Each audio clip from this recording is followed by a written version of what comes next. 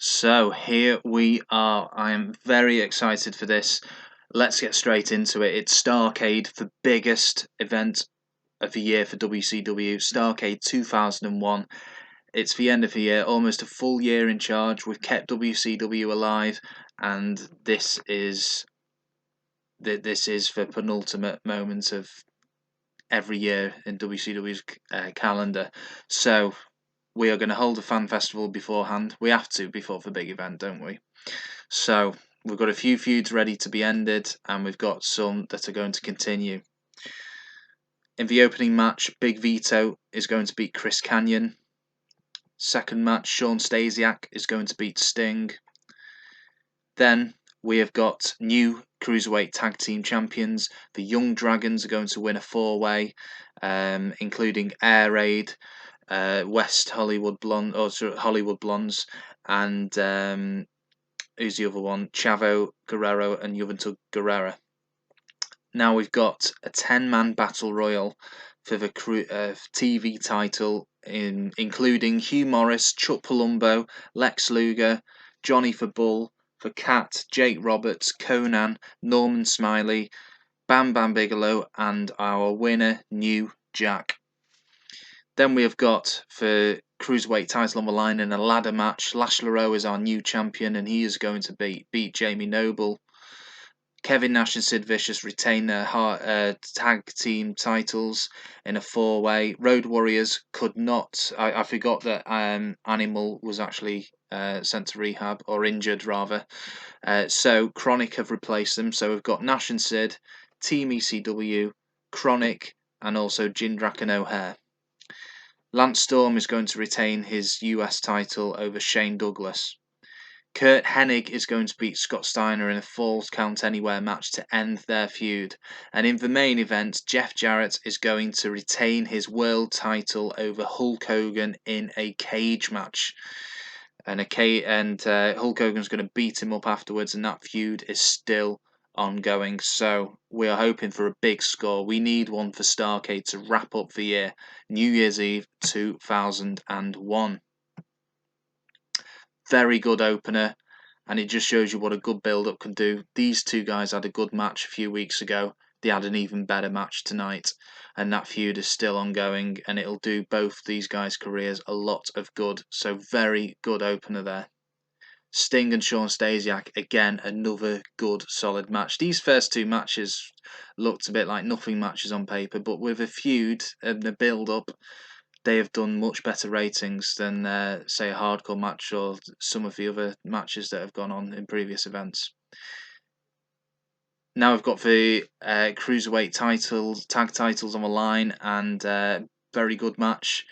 As you can see, the Young Dragons last eliminating Air Raid with an overall rating of 84%. Now I'm really excited for this one.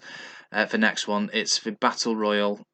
There's a title on the line. We've had one, which we had on, I think, Thunder or Showdown a few weeks ago, which went okay.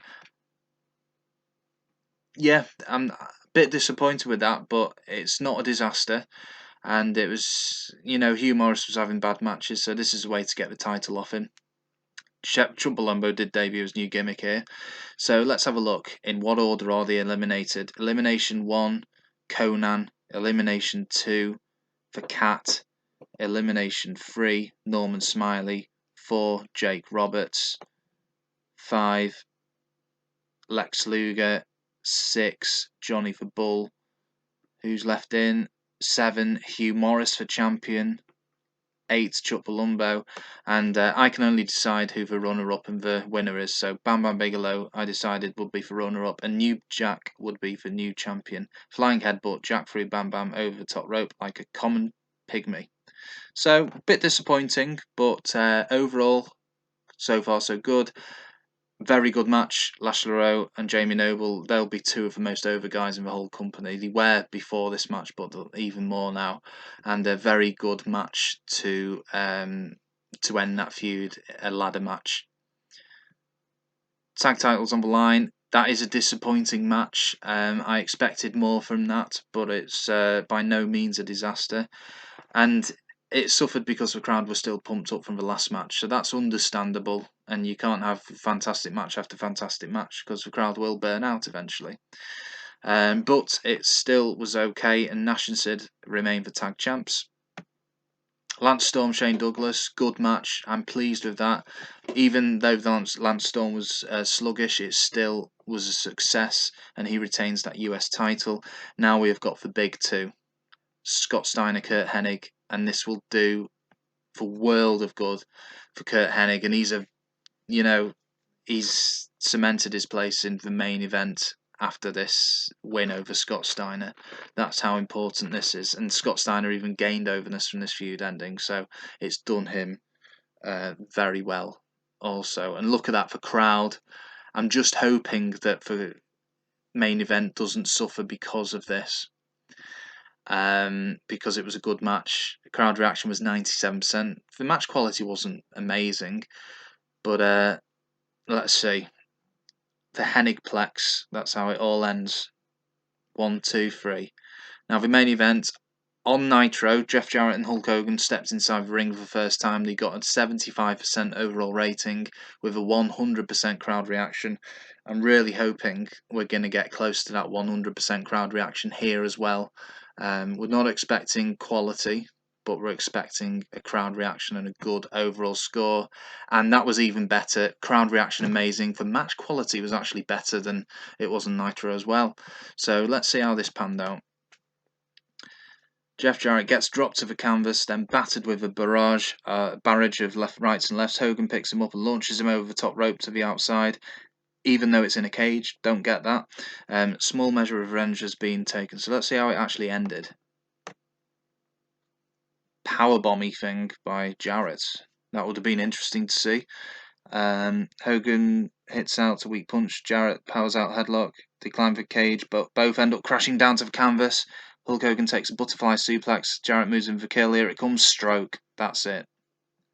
Right. Overall rating. Our highest one is Fall Brawl and I think Mayhem. 81%. Still a success. 77. One of our better events. And obviously for letdowns with a tag title match and the Battle Royal. But by no means were they disasters. I think if both of them had been around the 70% mark, we could have had our highest ever score. But very successful show. I'm very pleased, especially with the main event, the top 2 matches and top 3 even. They all went very well. So we're heading into January now, aren't we? January 2002. Now I'm going to do a review of the whole year as well as December in the next video, so I won't focus on that now. We'll just see the immediate aftermath. Top 100 workers. Let's have a look. Extreme Male. We've made... Okay, sponsorship deals have ended. Okay, Scott Hudson, blah, blah, blah, Lash, LeRoux, Crowbar. We need to really offer some new contracts now and decide what we're going to be doing. Jim Duggan's retired. Wright's returned from injury already. Oh, Chris Sabin doesn't want to remain. Well, I only brought him in because of Lance Storm. We can have a look at all the ratings shortly. What's that? WWF have fired Terry. Wrestling Marvelous Future has announced this year's... Yeah. Oh, we have received interest in NBC. Right, there's a lot to get through for the next show. Look at that, 1.01 buy rate for Starrcade, and I think that's our highest of the whole year, so it can be deemed a big success. Yeah, great aftermath. Anything that Sophie has to say? Market's at a low point. Yeah, cool. Okay, good event.